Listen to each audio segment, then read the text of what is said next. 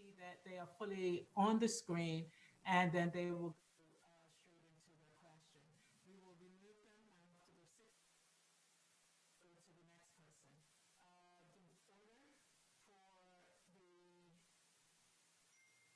The order for the media is Media Maya, and she sent the young lady Mackenzie Cole Tuckett, then Island Stats, Bermuda Broadcasting, World Gazette, and TNN. That's the order we'll take the questions.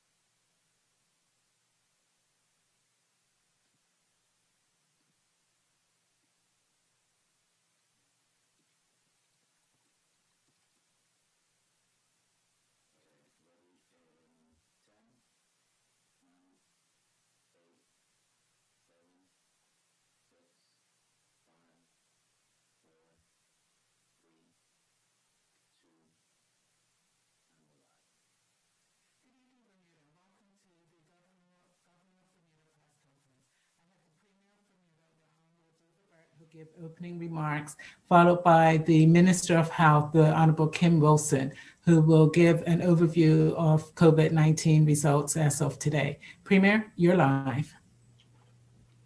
Thank you, Director Wilson. Good evening, Bermuda. I sadly begin tonight by again offering my deepest condolences to the families of the two individuals who have lost their lives to the coronavirus this weekend. Each person lost is a cruel reminder of the severity of this virus. We have now lost 16 people, and while we report them as numbers here, to families they are not just numbers, but people who leave behind loved ones and friends. Before I invite the Minister of Health to provide an update on the latest COVID-19 results, I think it is important to properly frame why we are where we are as a country. This current outbreak started because of reckless conduct, which introduced the variant and it spread into the community. That spread has increased and continues because of the mixing of households, contrary to the public health advice. We are now seeing cases beyond the initial events that arise from Good Friday events, which again mix households despite strong government advice not to do so.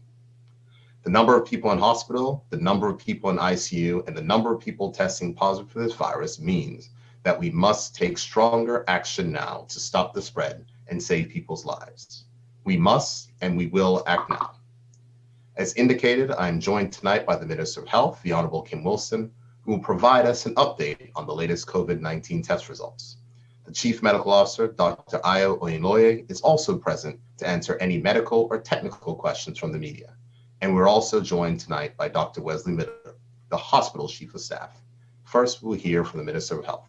Minister? Thank you. Good evening, everyone. And I too would like to start by echoing the sentiments expressed by the Premier and offering my condolences and my prayers for support for the families who have recently been impacted by death of their loved ones due to COVID.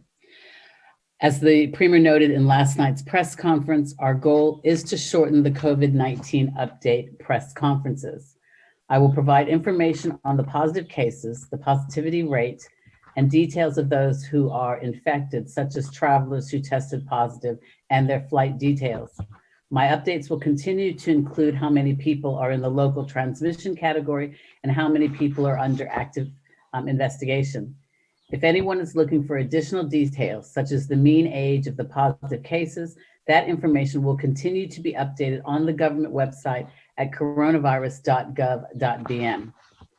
Since the last update 2 days ago, there were 3,348 test results received by the Ministry of Health, and 118 were positive for COVID-19. This gives a test positivity rate of 3.5%. For Saturday, there were 64 positive cases out of 1,575 results with a positivity rate of 4.1%. And for Sunday, we are reporting 54 positive cases out of 1,773 results with a 3.0 positivity rate. 5 of the new cases are classified as imported with the details as follows. One resident who arrived on American Airlines flight AA308 from Miami on the 31st of March, 2021, and tested positive on their day 8 test. One resident who arrived on Delta Airlines flight 584 from Atlanta on the 8th of April, 2021, and tested positive on their arrival test. 3 residents who arrived on American Airlines flight AA2044 from Charlotte on the 9th of April 2021 and tested positive on their arrival test. 20 of the new cases are classified as local transmission with known contact as associated with known cases. The additional 93 new cases are classified as under investigation, and these cases are among residents with no currently identified links to either known cases or history of travel in the past 14 days. There were 110 recoveries and 2 deaths, which we have previously reported yesterday. Bermuda has 1,891 total confirmed positive cases, and their status is as follows. There are 877 active cases, of which 844 are under public health monitoring, and 36 are in hospital, with 6 in intensive care. A total of 998 have recovered, and the total deceased is 16. The 7-day average of our real-time reproduction number is above 1, namely 1.07. And I will provide the vaccination statistics at Tuesday's press conference. Our mission in the Ministry of Health remains focused on providing accurate, timely information to the public about all measures in place that will help to stop the spread of the coronavirus. We continue to see a high number of positive cases and now deaths. This is avoidable. As the Minister of Health, it is extremely frustrating to know that Bermuda is in a state of community transmission because some people chose to ignore public health measures such as mask wearing or hold or attend parties with large groups of people in contravention of the law. We must work together to stop the spread of coronavirus. I'm hearing stories of people who are unwell, leaving their homes to run errands or visit with friends. Others who go to work with a cough. When these people get tested, they are found to be positive and in turn have already infected the people that they've come in contact with. I urge everyone, if you have a headache, stay at home. If you have a muscle ache, stay at home. If you have a cough or a runny nose, please stay at home. The symptoms of the UK variant, the variant which is prevalent throughout Bermuda, seem different from the symptoms that we identified for the earlier strain of the coronavirus. Symptoms of the UK variant tend to include cough, tiredness, headache, muscle aches, and sore throats, which are easily confused with seasonal allergies. If you experience any of these symptoms, please contact your doctor and make an appointment to get tested. Likewise, if you have been in contact with someone who has these symptoms, make an appointment to get tested. The UK variant of this virus is also exceptionally contagious, and the symptoms of this disease are deceptive. This means we must all pay very close attention to even the slightest change in our health status. For example, yesterday you were not coughing, but today you are. In those situations, go and get tested. Once you've been tested, you can expect to receive the results within 48 hours. Often results are sent in much less time. However, if you have not received your results, do not call the COVID-19 helpline or the molecular diagnostic lab. Your first call should be to your doctor's office, who will give you the results and provide you with guidance on what you should do. The lab is processing hundreds of tests a day, so the key point is to be patient. Given the enormous number of positive cases at this time, there are delays with respect to contact tracing. We are grateful for local doctors for assisting with the early notification of a positive result for their patients and informing them of the need to start making a note of their close contacts. A reminder though, if you are told you are a close contact, please quarantine immediately. Do not wait. The ministry's contact tracers will arrange for you to be tested, but the most immediate helpful advice that you must do, and the necessary thing that you must do upon receiving information from someone that they are positive and you're a close contact, you must immediately quarantine. Each of us has a role to play in stopping the spread of coronavirus.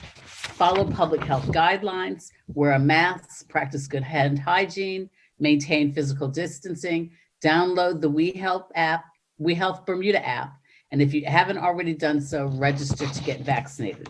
Thank you.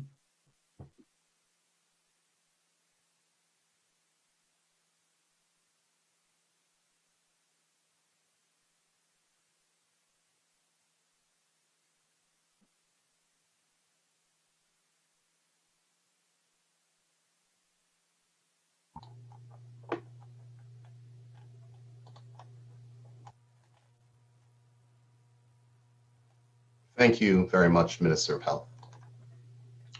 Earlier today, the Cabinet met to discuss our current circumstances and the Ministry of Health's recommendations for further actions to stop the spread of the coronavirus. The recommendations are founded in a need to stop the spread, permit the vital work of contact tracing to accelerate to isolate positive cases, and allow our healthcare teams to focus on increasing testing and vaccinations. Accordingly, the Cabinet has agreed the following: that Bermuda will be under a stay-at-home order from 5 a.m. on Tuesday, April 13th for 7 days. This means that persons are not to leave their homes for anything other than essential movement or grocery shopping. Grocery shopping will return to alphabetized days of shopping by surname. Shopping for essentials at a pharmacy, also attending the gas station, attending a vaccination or testing appointment, or attending a medical appointment at a registered healthcare professional's office. Additionally, there will be limited banking services that will be able to provide it. These permitted businesses will operate from 11 a.m. to 7 p.m. during the 7-day period of the stay-at-home order. These are the only businesses that will be able to remain open. All other businesses which cannot operate remotely must close. Grocery stores will remain open and the supply chain for goods is uninterrupted. This means there is no need for people to rush to the shops to panic buy. Buy what you would need normally and continue to be considerate of others. There is enough for everyone. Again, working from home is mandatory, and if you cannot work from home, you must remain at home. Household mixing is prohibited and will be specified like that inside of law. If you choose to mix households or visit another household, you will be violating the law that will come into place at 5 a.m. on Thursday. And as can be seen, you could be endangering your health and the health of your loved ones.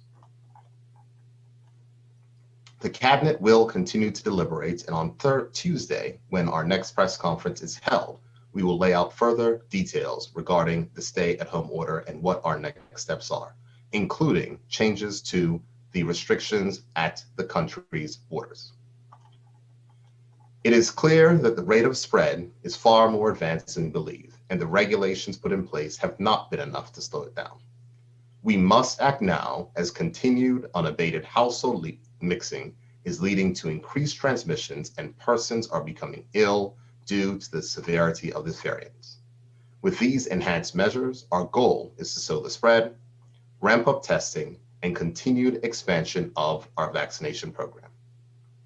Vaccinations are essential to getting our island back for how we wish for it to be, and expanding our vaccination program will be done with the specific intention of reaching herd immunity by the end of May. Vaccinations work, they prevent severe illness, and therefore prevent hospitalizations. As I close, this outbreak is far-reaching, and it has affected many. You're used to seeing me at these press conferences from the Cabinet Office, but there is a reason why I'm joining remotely today, and that is because I recently tested positive for a coronavirus infection. It was a very low-level positive due to the fact that my immune system can recognize the virus due to the vaccine, and I've had no symptoms whatsoever.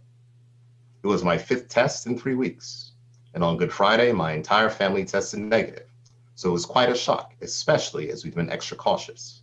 But it is a shock that has been experienced by many in Bermuda. Thankfully, they have all tested negative again, and they are quarantining while I'm isolating from them as required by law. I am fine, and thankfully, because I've been immunized, I have no fear and I've experienced no symptoms. But it is a reminder to all of us that we cannot be too careful, and we should avail ourselves of the testing that is available and make sure that we protect ourselves due to the vaccine that is available. This virus is not a hoax. It is real. It has impacted the world. It has impacted our island. It has impacted families. It has impacted our national psyche. However, there is one thing that it has not impacted, and that is this government's determination to see this country through. Unlike other countries in the world, Bermuda has enough vaccine doses to get this country to herd immunity. And we will use this time to accelerate our vaccination program to ensure that we salvage our peak tourism season and have a regular summer. Just like we set a goal to administer 38,000 vaccine doses by the end of March, and we met that goal, I have no doubt that we will meet the goal of herd immunity by the end of May. However, we must be vigilant. We must follow the rules. We must recognize that our actions today will be the cause of our future tomorrow. We must all stay at home and protect ourselves and our families and to protect our country, to ensure that our hospital is able to service all those who need help and our brave healthcare workers on the front line can get some relief.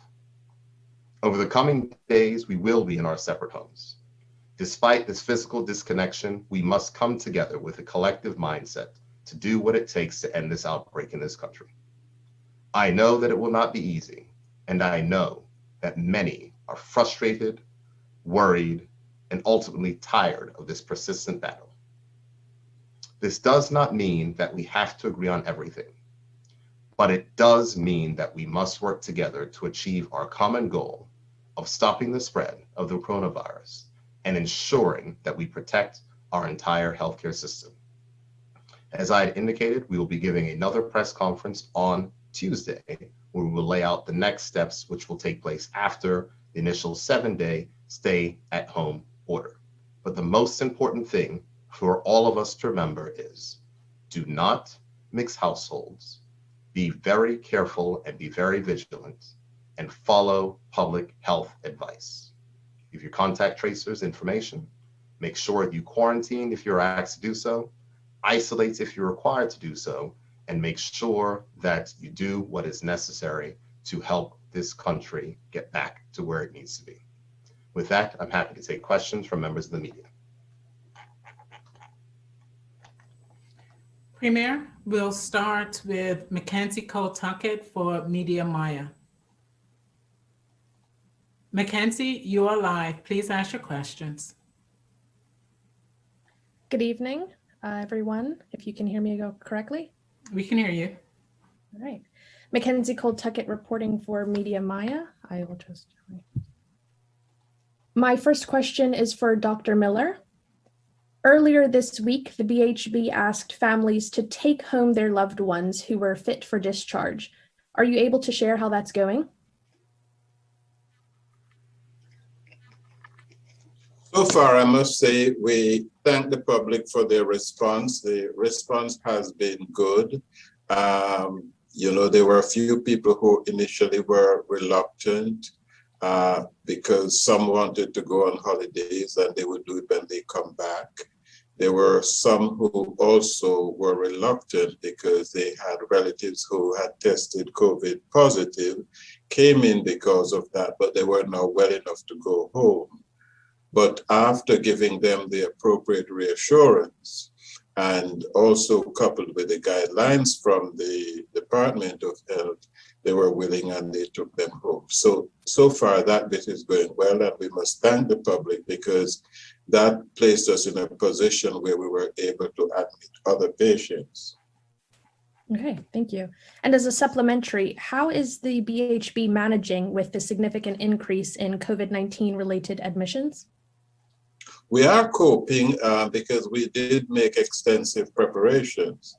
So in terms of ICU, we created a satellite ICU so that we had more than enough ICU beds. We also have enough ventilators. In fact, we have 30, so well over and above what we expect to use.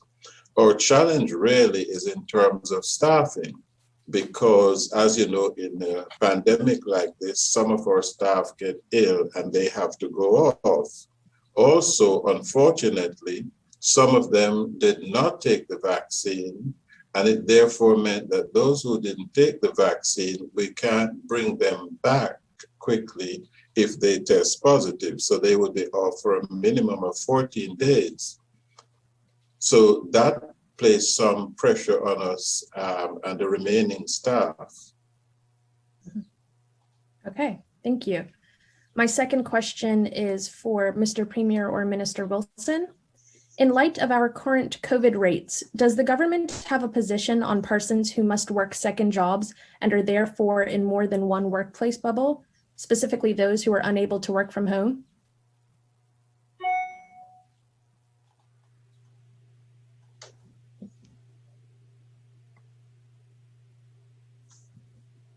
Okay, Mackenzie, yes. And no doubt the Premier can speak a little bit more to that insofar as the relief that's going to be afforded to individuals that find themselves impacted by their employment status being adversely impacted by COVID.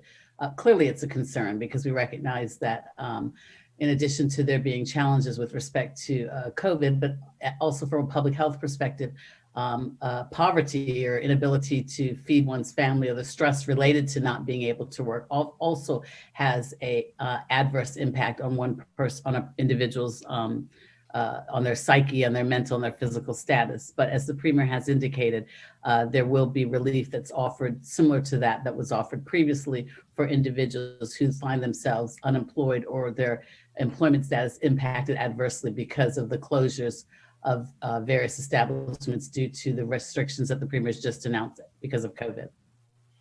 And thank you, Minister. As I had indicated in my comments, Mackenzie, on Tuesday, we'll have another press conference where we'll do details.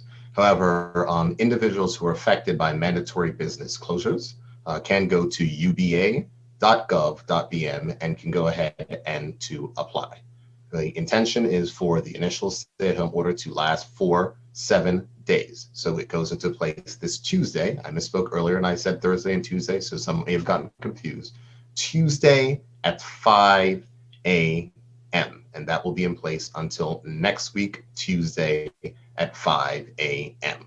We will be giving a press conference on Tuesday, and there may be another press conference to also give further updates later in the week. What is most important right now is that we act very quickly to make sure at this point in time that we do not put additional pressure on Dr. Miller at the hospital and his staff. They do have the capacity to cope, but there is a certain point when we certainly don't want to have 30 persons in the country on a ventilator at one point in time, though there's the capacity, we don't want to use it because there's other stressors, as Dr. Miller indicated, the staff. So though we have the technical capacity to certainly care for a large number of sick people, the staffing issues will certainly become a challenge. And certainly there's staffing issues with the epidemiologists, and there's also with the testing. So we need to make sure at this point in time that we're okay. I mean, these things fluctuate. So the one thing that I want to just say is that the help is there for businesses. There will be relief for businesses from the BEDC. We recognize that this is difficult, and what we are going to do with the additional details that we'll be giving later this week is speaking about what after the 7 days will look like. Because the most important thing to do is to make sure that we protect our healthcare system, and that is to ensure that we protect the hospital so they can continue servicing not only persons who may become sick with the coronavirus disease, but also persons who may need help and acute care at the hospital for non-COVID related items. Thank you. My next question, Mr. Premier. In light of the stay-at-home order and the recent COVID-19 exposure at the Royal Bermuda Regiment reported at the end of March, do you anticipate a significant impact on their ability and availability to assist with the enforcement of the COVID regulations over the course of the next 7 days? What I would say is that I believe that the regulations and restrictions will be enforced by elements of the Royal Bermuda Regiment and the Bermuda Police Service to ensure compliance. And I'm certain that they will have the manpower that is required in order to enforce the regulations as necessary. I would encourage persons to not try to test the regulations. Take 7 days and stay at home with your families. We have a situation where this virus is very widespread, and we need to make sure that we can do the testing, ramp up our vaccination program, make sure to continue to do contact tracing so that we do not have a higher spread of the virus. We believe that some of the actions which we put in place for two weeks ago are beginning to show some effect. But as I said, it is a choice between waiting for another week where we could possibly have something more catastrophic happening or overreacting. In this case, I'll be better to overreact and to protect the hospital than to underreact, possibly be correct, because the risk of not acting to protect the hospital is too great. Thank you. Minister Wilson, with the switch to remote learning, many students, particularly older students who are due to sit external exams and those who are graduating in the coming months, may be feeling extremely stressed with our current circumstances. Students are wondering, is the emotional well-being hotline extended to those who may not be able to connect? Of course, a very, very important message with respect to the availability of the emotional hotline. That is available for any person that feels the need to have that type of support, or just to speak to somebody about some of the stresses or the frustrations that they're feeling. So thank you for asking that question, because it allows us to reiterate the messaging behind that is available. State that it is to be used on persons aged 16 and older. Now that we are in phase 3, will the government have a vaccine campaign that specifically targets those aged 16 to 21? Mackenzie, are you 16 yet? Okay, we can have a little sidebar contact to that, because we recognize it is critically important to get the messaging out, and the messaging, particularly for your age group, is through social media.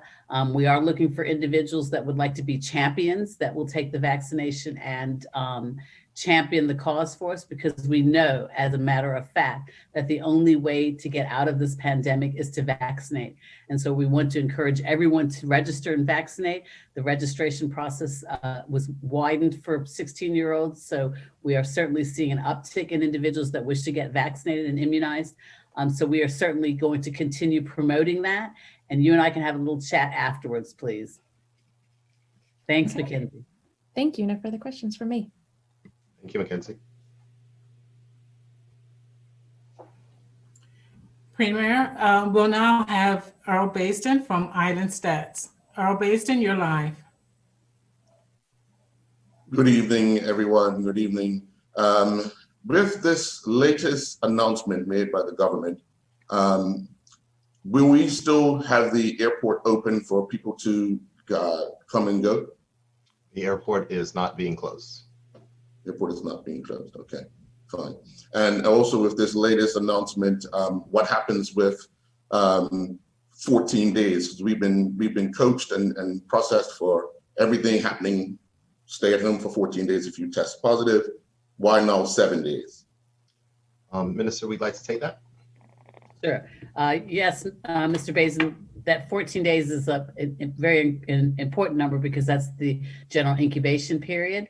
However, with respect to what we're proposing now, the first 7 days, which would be the stay-at-home order, as the Premier indicated, we will be making further announcements for the next phase, which will also involve quite a number of restrictions, as well as a requirement that you are not allowed to mix households. So that will be announced, and there will be further weeks with respect to that. So in totality, there will be several weeks where persons are unable to mix households.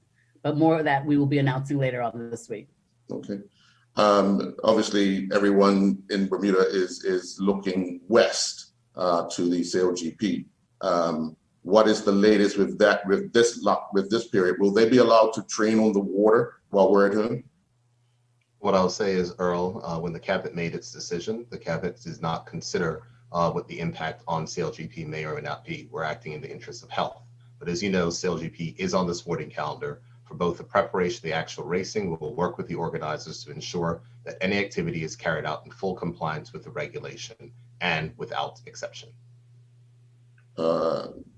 Okay, I'm not quite understanding that answer, because I asked, will they be allowed to train while we're on lockdown? Because they're currently out there training. I would say that comes into place on Tuesday at 5 a.m. We have not gotten to those matters yet, Earl, and so CLGP is on the calendar, and we're going to work with the organizers to ensure that any activity is carried out in full compliance with the regulations without exception. Okay, well, we'll have more, I guess, Tuesday night. That will, absolutely, I have no doubt. Thank you, that's it for me. That's all? You didn't want to tell me about West Ham's victory today? They won? Oh, yeah, they did, yes. Thank you. Congratulations.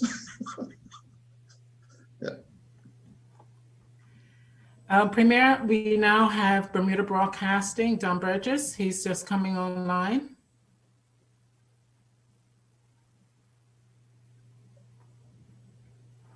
Don Burgess, you're live. Please ask your questions.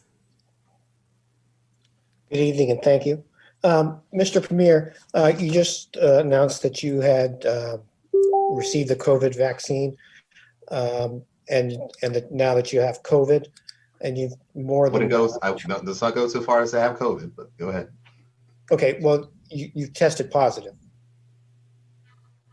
And how might you answer those people who think that this might shake their confidence in getting the vaccine since you've already had two and your 2 weeks passed?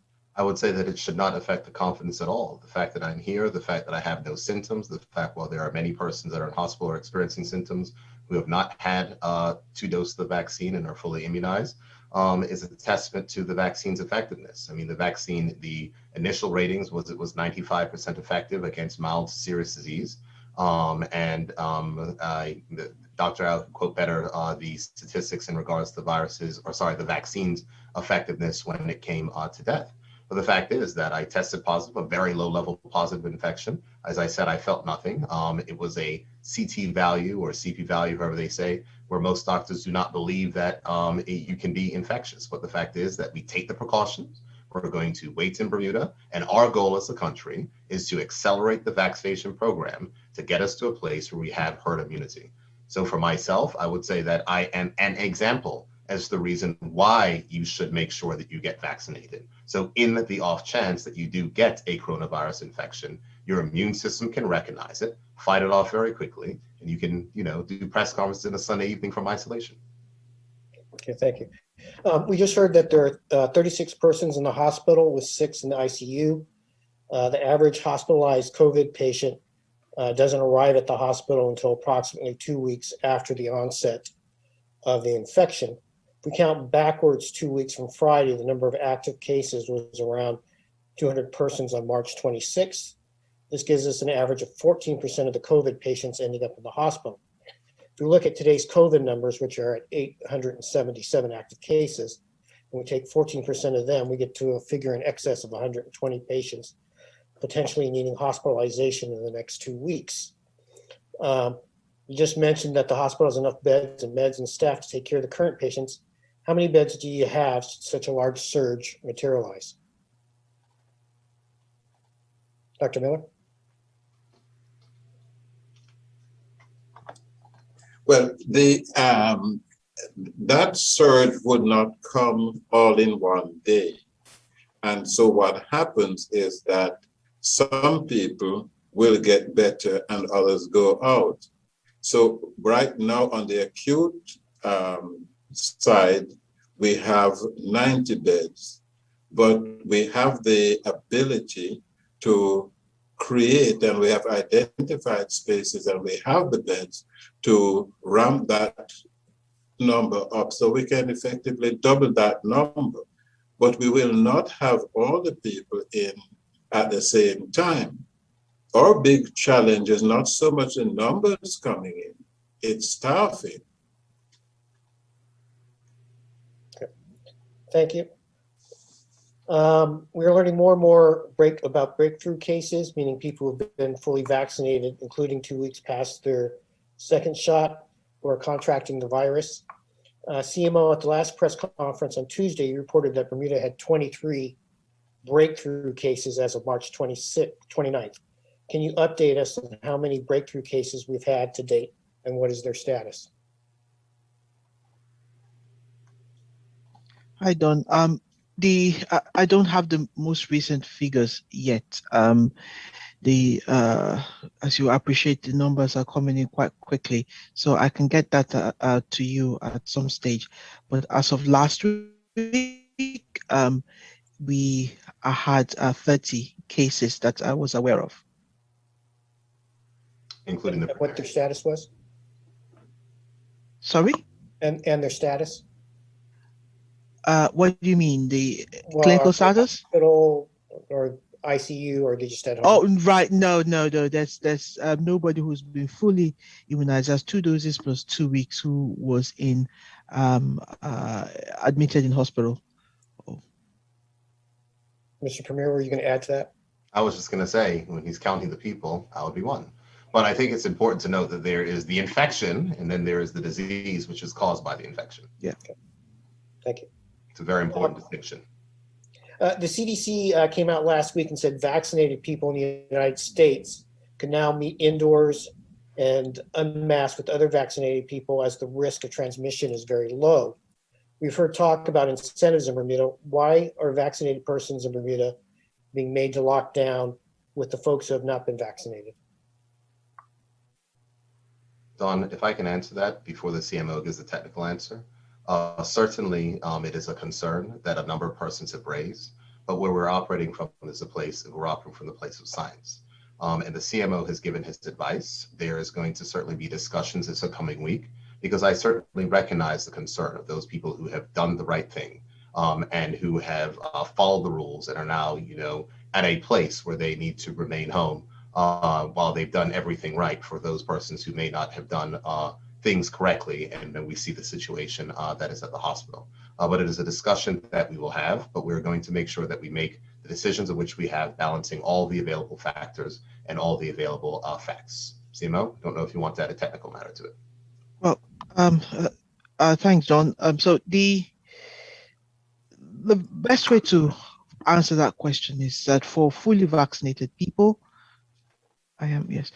for fully vaccinated people, the reason why you need to quarantine is not primarily for yourself, is to protect people, more vulnerable people who are not yet vaccinated. And there's a lot of that on our island, and the testimony, the example of that is the number of people who are going into hospital that Dr. Miller talked about earlier on. We are conversant with the advice from CDC. We have looked at the backing data to that and compare that with what other jurisdictions are doing. It's noteworthy that it's only the CDC that's given that advice at this point in time. We believe that we will be getting to that stage when we have a significant proportion of our vulnerable population and we are as close as possible to herd immunity as a country. So those restrictions will be lifted at some stage. It's just at this point in time, we're appealing to all the altruistic nature of Bermudans that this is not just for them, this is for protecting the whole country. Okay, thank you. Mr. Premier, the government has been promising that this past week, several people would be in court for COVID violations, and yet there's just one prosecution, which was for a curfew offense rather than a party. We now have 4 dead Bermudians in the last 7 days. Many of the public have lamented they are obeying the rules and are having to pay the penalty for rule breakers by being yoked to tighter rules. When are those who are hosting illegal parties going to appear in court? Don, I share the frustration. I understand the frustration. The frustration is real. And it is a topic of conversation, which I will raise with Her Excellency, the Governor. As you would be aware, the Governor of Bermuda is not responsible for the police and not responsible for the Director of Public Prosecutions, and we are not responsible for that process. We have made our point very clear that we would like to see, we have made the laws, we can only make the laws in our, I would say, our overseas territory or colonial system. We do not enforce the laws. The enforcement is done via the bodies under Government House. And so I would welcome you to raise that question. But I do know in my conversation with the governor is that she is working to accelerate this process. And sincerely, I hope that that process will be accelerated. But that is I share the concern of many because we are here due to the actions of a few. And I understand the anger of people saying, why aren't people in prison? I understand the anger, why are people in court? I understand the anger, why aren't people being fined? It is difficult, I get it. And so I am in no way, shape or form trying to make excuses. I would like to see quicker actions. And if the government were responsible for this, there may be quicker actions. But with the system of which we have, requires the police to investigate and the Director of Public Prosecutions to file matters. And so we will wait on that. And if you have any inquiries from Bermuda Broadcasting News, I would ask that you could certainly address them to Government House. Okay, thank you. The CMO, given that Bermuda doesn't seem to have any monoclonal antibodies available for early treatment, what effective treatments are being recommended for people who have mild cases of COVID and are at home? So yeah, I wouldn't be given, it wouldn't be responsible for me to give generic medical advice over the TV. Your first point of call is your primary care physician, your GP. Speak to them first of all. That's the most important advice I can give. They understand your medical history. They understand what works for you. If you have been diagnosed as having a COVID infection or indeed COVID disease, then you should speak to your primary care physician, who is best placed to advise you on what therapies can or cannot work for you. Okay, thank you all very much. Have a good evening. Thank you very much, Don. Our next reporter is from the World Gazette, and we're just waiting for her to log on.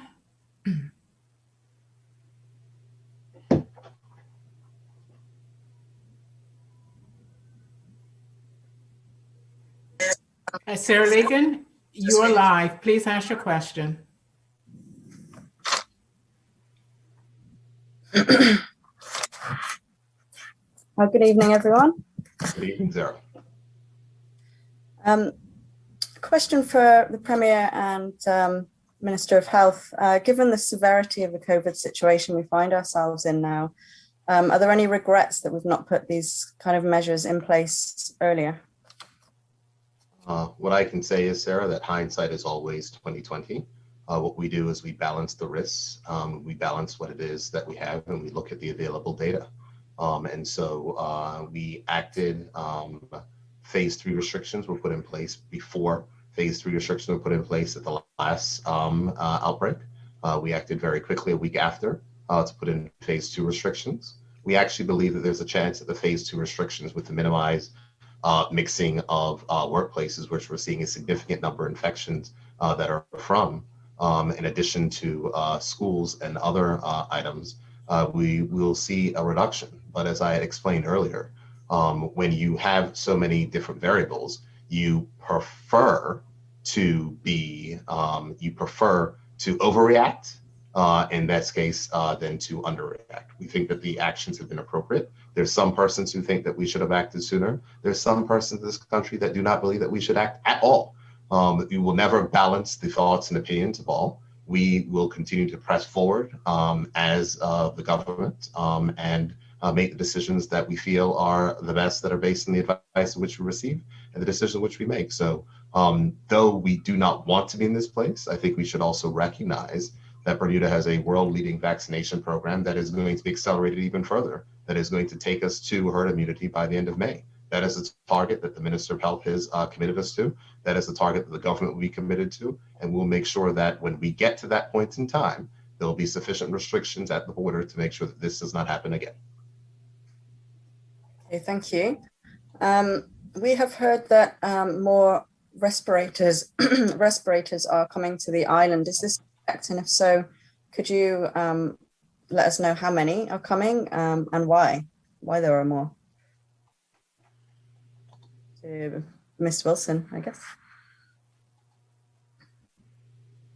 Actually, Sarah, I'm going to yield to the hospital. We've got the Chief of Staff, Dr. Miller, who would be able to answer that. Thank you. We do have enough at the moment. Anything coming in now in terms of ventilators would have been from back orders. What we do have coming in are not ventilators, but something that may be confused with it. They are really for high flow oxygen, because that is particularly effective in the treatment of a subset of COVID patients. And in so doing, we can avoid putting quite a number of them on ventilators.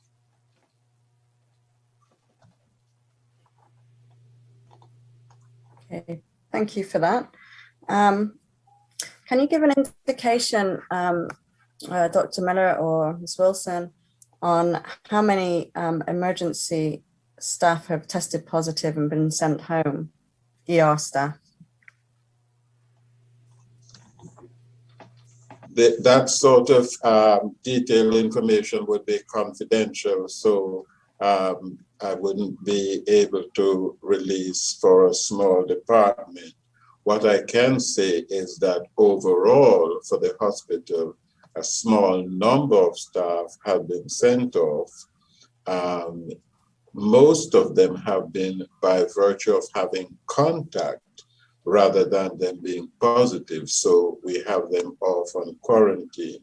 There are a few staff who are positive, but then again, one would not wish to identify the individuals because of privacy concerns and any information that may be prejudicial to the individuals. Okay. Premier and perhaps Ms. Wilson, in the absence of the Minister of Education, but are there any considerations being given to delaying the school exams that are coming up, given the disruptions to the education of our students? Thank you, Sarah. I wouldn't be able to answer that question at this time, but I'm happy for that question to be posed to the Minister of Education, and I'm certain that he will do your best to give the response. What I can say is that the government of Bermuda is assessing the situation we currently lie. This next week will be a very important week. We will see where the data is. It will give us a full indication of the measures of which we put in place over 2 weeks ago. And then we'll make the determination as to the next steps. What the minister is committed to and what we're all committed to is getting our students back to the classroom as quickly as possible. We've ordered additional testing resources, and if we need to test and to do other things, then we're going to make sure that happens. But we are not going to give up on the school year, just like we're not going to give up on the tourism season. We're going to aggressively accelerate our vaccination program. There are lots of people who are waiting for the call up and the appointment for the vaccination program. The Minister of Health is going to be enlisting doctors and community physicians and all other persons inside of this effort, and we will make this effort work. And I want to thank the Bermuda Hospitals Board for increasing the vaccination effort. And I want to thank the staff at the vaccination center who have gone above and beyond, and the persons who have been leading this effort, who have done an absolutely incredible job and are going to be doing even more to ensure that we reach the goal of herd immunity by the end of May. Okay, thank you very much. We spoke before about the majority of the cases being the UK variant. Is that still the case? And are there any other variants that we can speak of in Bermuda?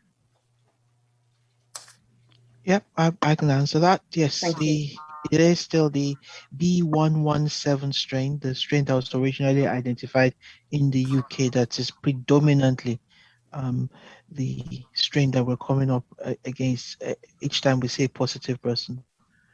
There are a couple of people who we think might be a reactivation of an old disease or they didn't really clear their old disease. So you have a handful of wild type virus, but it's mainly the B117 strain of virus that we're seeing. Okay. Premier or Ms. Wilson, could you please tell us the difference between the stay-at-home and shelter-in-place?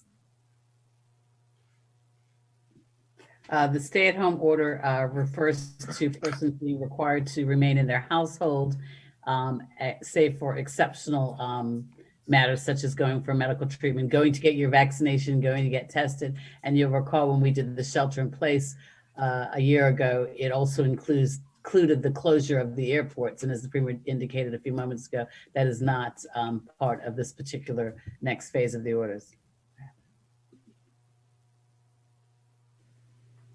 Thank you, Minister. That was the last question from the World Gazette. And now I'll bring in Trevor Lindsay from TNN, and he's just coming in. Trevor Lindsay, you are live. Please ask your question.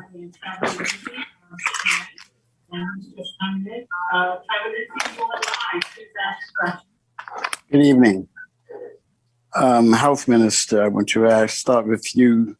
Why is it taking so long for contact tracers personnel to make contact with those positive persons?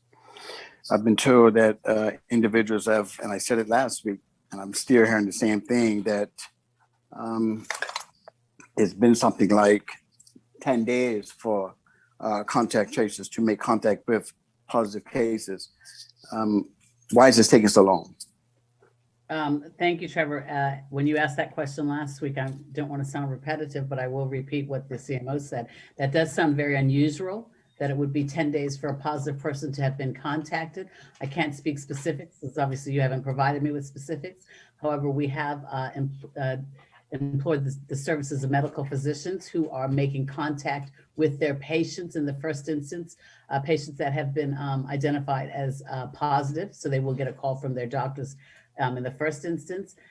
We are increasing our contact tracing capacity with the additional services of individuals, as well as the Bermuda Red Cross are coming on board to assist in that. We are unfortunately in a state of community transmission. So for every particular positive case, there may very well be at least a household of close contacts. So if you take 800 times 4, you can imagine, you can do the numbers. Don's on the line, he can crunch the numbers because he's obviously a math person. But we are in a community, in a situation of community spread.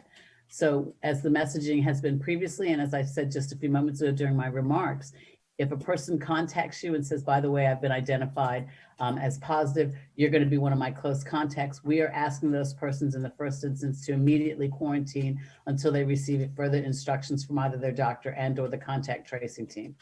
Thank you. Thank you. Premier, I've been asked to ask you what constitutes, as you stated, low contact. Excuse my expression, but you can't tell a woman she's half pregnant, she's either pregnant or she's not pregnant. So what constitutes a low contact? You either have the virus or you don't. Trevor, I contracted a coronavirus infection.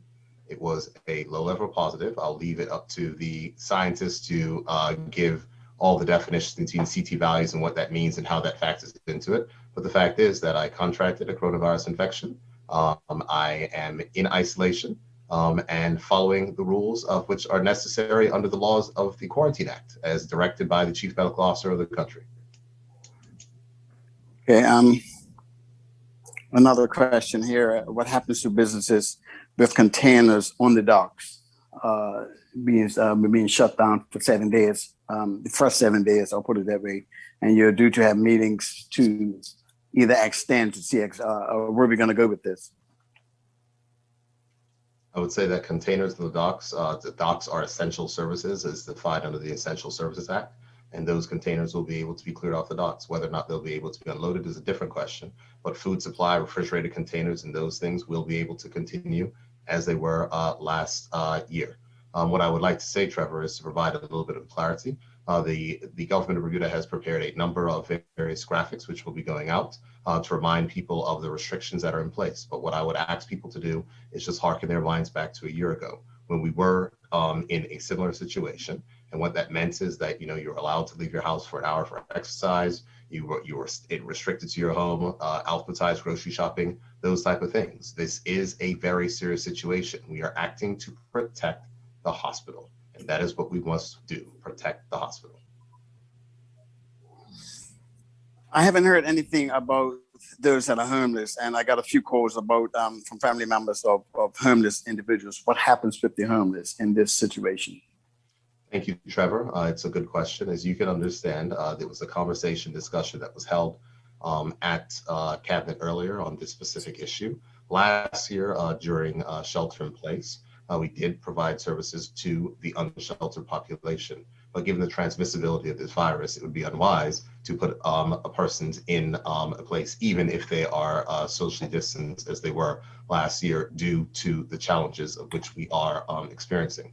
The Minister of Social Development and Seniors will be speaking to precisely what services are going to be provided to the unsheltered population. But the one thing in which we're going to make sure to do is to make sure that there is going to be testing that is going to be available to ensure that there are no outbreaks there as well. Continue testing, because testing is already happening. Thank you. My next question, as you all are aware, last year this time we were prepared for the situation we find ourselves in now with close to 900 or possibly more. My question for the Chief Medical Officer, what is the capacity for COVID cases in the hospital, and what is the capacity for ICU? What numbers can you give where you would consider you're at your breaking point at the hospital? I will let the chief of staff of the hospital answer that question. He's here.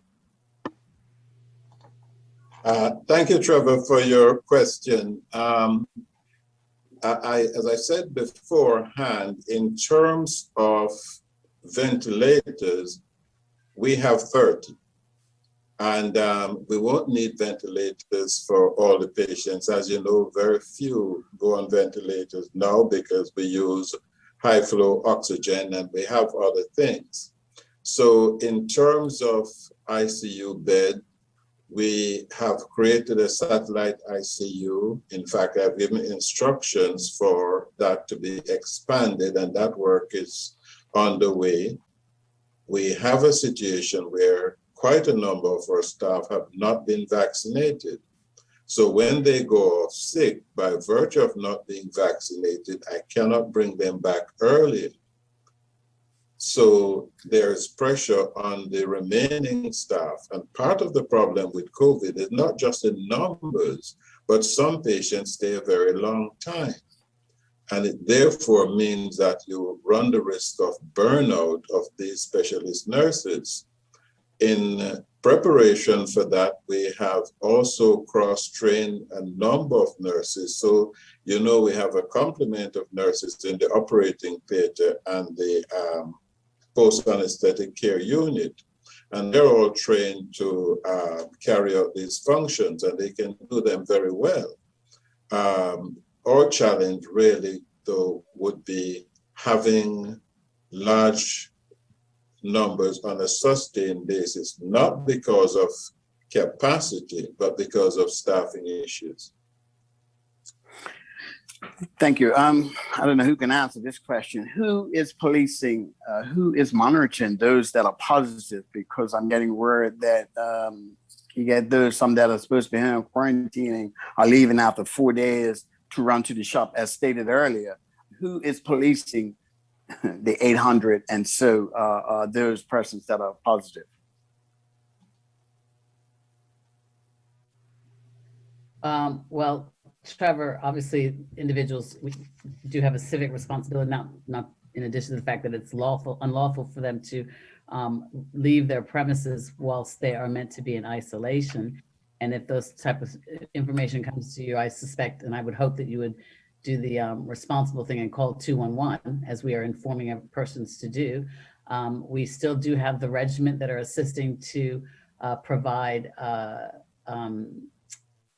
not enforcement, but that are actually helping us with respect to going to persons' houses and ensuring that people are being compliant with respect to the regulations as it relates to those persons that are positive. The regiment have played a really, really critical role in this matter. And, you know, we are actually quite thankful to have their assistance in addition to them assist